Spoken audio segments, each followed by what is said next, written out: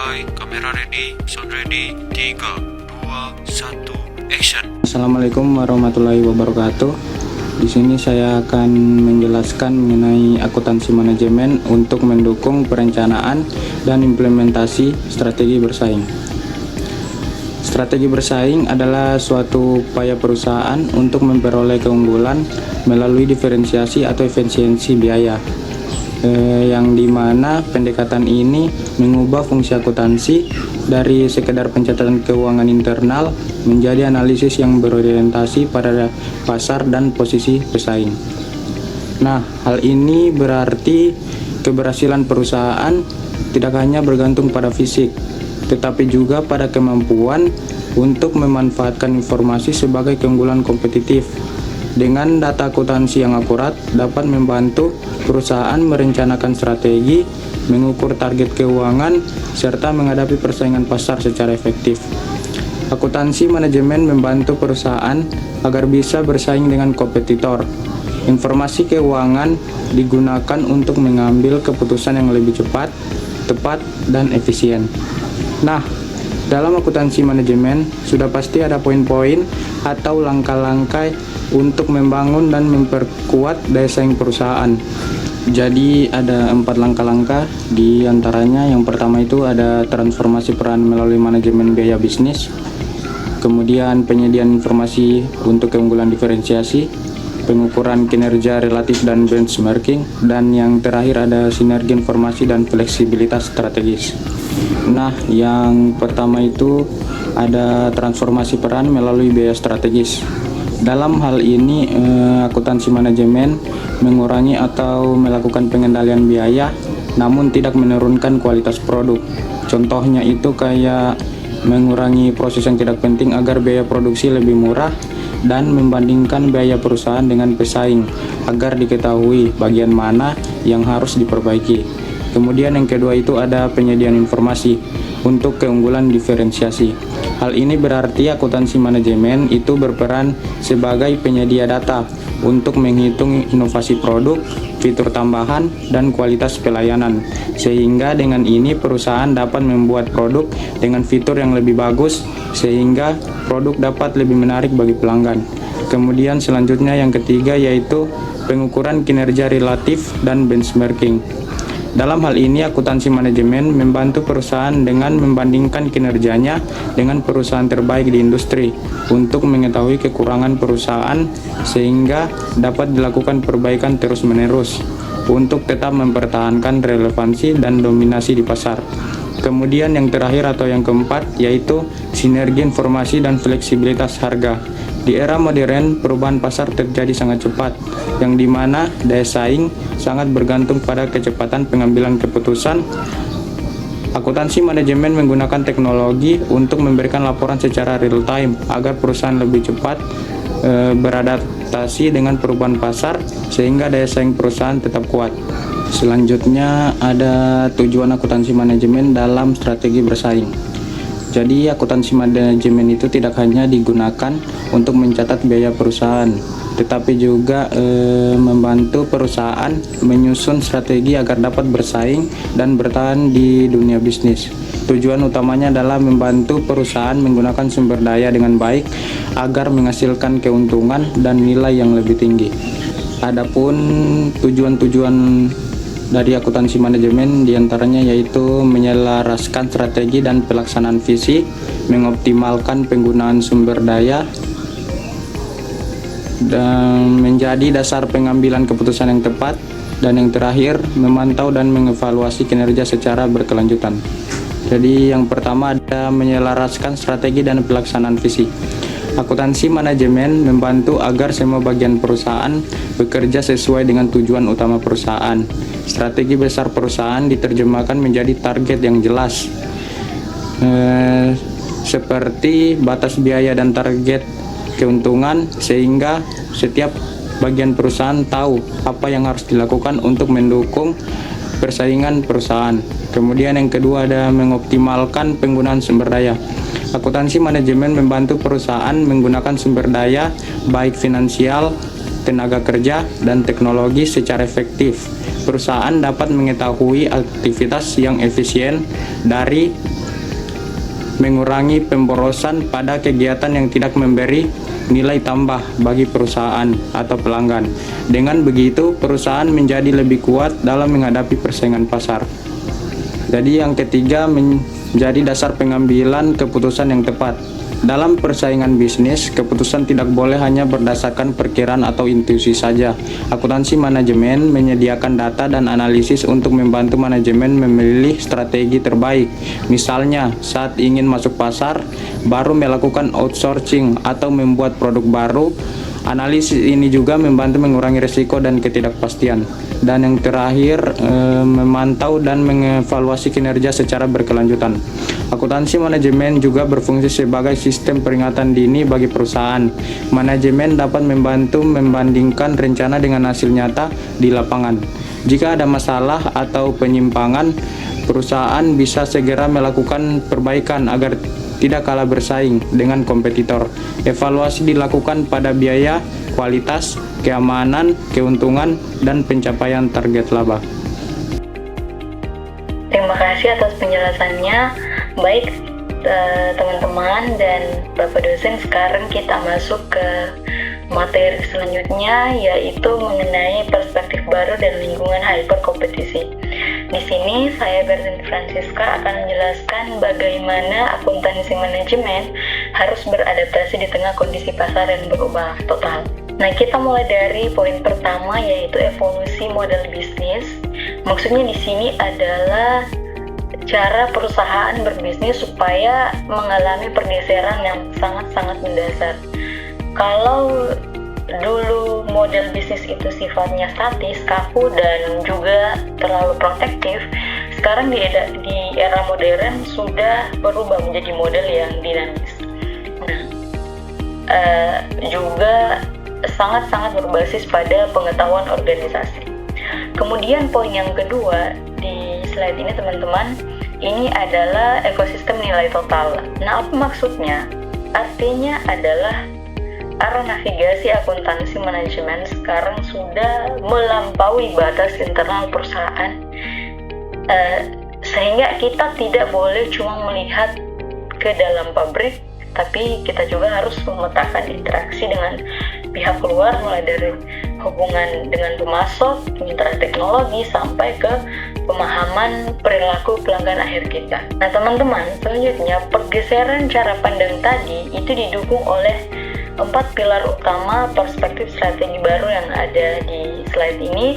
Pilar yang pertama adalah aset tak berwujud.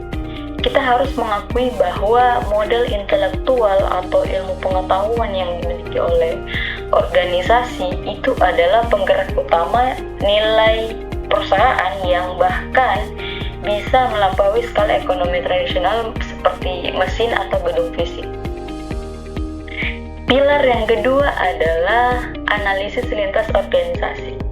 Maksudnya efisiensi itu tidak dicari sendirian di dalam kantor, tapi kita juga justru harus berkolaborasi secara strategis di seluruh rantai pasok bersama dengan mitra bisnis kita, agar terbentuk struktur biaya yang kolektif yang jauh-jauh lebih unggul. Kemudian pilar yang ketiga adalah identifikasi blue ocean. Di sini kita menggunakan wawasan dari data akuntansi untuk menemukan peluang di pasar yang benar-benar baru yang belum pernah dijamah oleh pesaing kita. Dan pilar yang keempat adalah adaptabilitas organisasi. Kita harus ingat bahwa kecepatan organisasi untuk belajar dan beradaptasi itu adalah satu-satunya keunggulan kompetitif yang bisa bertahan lama di era sekarang. Nah, sekarang kita melangkah ke materi selanjutnya, strategi bersaing dalam lingkungan yang hyperkompetisi. Teman-teman bisa dilihat di slide bahwa di era kompetisi ini kondisi pasar berubah-ubah menjadi sangat ekstrem dan volatil. intensitas persaingan meningkat secara eksponensial dan aturan persaingan lama tiba-tiba menjadi tidak berlaku lagi karena adanya disrupsi digital. Di situasi seperti ini teman-teman, keunggulan kompetitif yang dimiliki perusahaan sifatnya menjadi sangat sementara atau tidak bertahan lama. Nah, karena pasarnya yang sangat liar, maka muncullah poin ini, informasi sebagai senjata utama. Maksudnya di sini akuntansi manajemen harus benar-benar meninggalkan paradigma lama yang cuma mengandalkan stabilitas jangka panjang. Fungsi akuntansi harus berubah menjadi penyedia data real time atau seketika itu juga. Kenapa? Agar pimpinan perusahaan bisa langsung merespon manuver agresif dan gerakan cepat dari kompetitor secara instan tanpa harus menunggu laporan bulan depan. Lalu apa saja sih tuntutan akuntansi di pasar ekstrim? Nah, ada 3 hal utama yang ditekankan di sini, di slide ini teman-teman bisa lihat. Yang pertama itu adalah memantau siklus hidup produk yang makin pendek sehingga keputusan investasi atau penarikan produk itu harus dilakukan dalam hitungan hari atau hitungan minggu. Yang kedua itu adalah analisis margin, di mana analisis margin ini agar kita lakukan agar kita tahu persis kapan bisa mengambil keuntungan maksimal di waktu-waktu yang sempit atau di waktu yang sulit. Dan yang ketiga adalah intelijen kompetitif, di mana sistem akuntansi kita harus mampu membedah struktur modal dan fleksibilitas biaya milik lawan agar kita bisa memprediksi mereaksi mereka jika suatu waktu kita mengubah strategi. Selanjutnya teman-teman, tuntutan pasar ekstrem tadi kemudian melahirkan strategi yang ditampilkan di sini, strategi kanibalisasi diri. Nah, poin pertamanya itu adalah disrupsi terencana.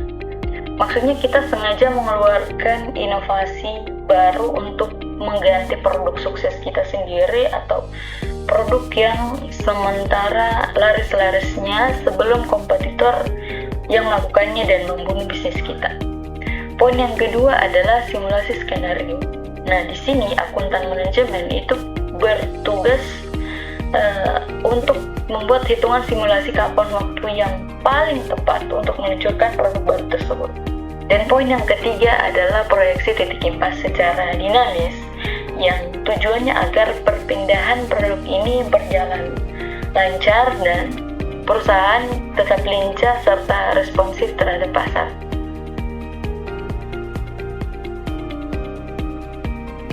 Nah, selanjutnya kita masuk ke subbab terakhir, akuntansi manajemen mencapai keunggulan bersaing melalui instrumen analisis rantai nilai atau value chain. Prosesnya kita lakukan lewat 4 poin yang ada di slide. Poin 1 itu bedah aktivitas.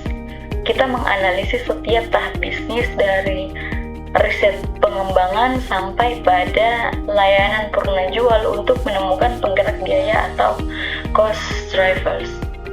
Poin yang kedua adalah optimalisasi aktivitas. Kita tentukan mana aktivitas yang benar-benar memberikan nilai nyata bagi pelanggan dan kita eliminasi atau kita pangkas atau kita buang aktivitas yang tidak punya nilai tambah atau pemborosan. Poin yang ketiga, strategi harga cerdas. Melalui pemahaman atau dengan pemahaman margin keamanan yang akurat, kita bisa menetapkan harga produk yang sangat-sangat kompetitif di pasar. Dan poin yang terakhir, poin yang keempat, mesin pertumbuhan. Sistem informasi akuntansi akhirnya mampu menyediakan struktur biaya yang sangat ramping sekaligus tetap mendukung inovasi nilai tambah. Selanjutnya di slide ini poin yang kita bahas adalah pengelolaan modal intelektual. Poin yang pertama itu teman-teman lihat adalah aset tak berwujud. Nah, teman-teman, di era ekonomi pengetahuan, aset seperti loyalitas merek, kompetensi karyawan, dan kecanggihan sistem informasi itu jauh lebih berharga daripada aset fisik seperti gedung. Nah, oleh karena itu, muncul subbab poin yang kedua, yaitu indikator kinerja kunci, di mana akuntansi manajemen itu harus menyediakan metrik atau ukuran non-finansial untuk memantau kemampuan internal karyawan kita, agar investasi strategis yang kita lakukan itu bisa membuahkan dominasi pasar dalam jangka panjang. Terakhir, sebagai kesimpulan dari seluruh presentasi kelompok kami, ada 3 poin utama yang kita dapatkan. Poin yang pertama, akuntansi manajemen terbukti telah beralih dari fungsi klerikal atau sekedar mencatat menjadi instrumen navigasi strategis. Poin yang kedua, akuntansi manajemen berfungsi menjadi benteng pertahanan ekonomi perusahaan melalui integrasi data finansial atau visi yang strategis. Dan poin yang ketiga, keunggulan persaing itu dicapai melalui kapabilitas organisasi yang terlembaga dengan rapi dan bukan sekedar karena faktor keberuntungan pasar semata. Sekian penjelasan dari saya sekaligus penutup materi dari kelompok kami. Terima kasih atas perhatiannya teman-teman dan Bapak dosen. Saya akhiri. Wassalamualaikum warahmatullahi wabarakatuh dan bye.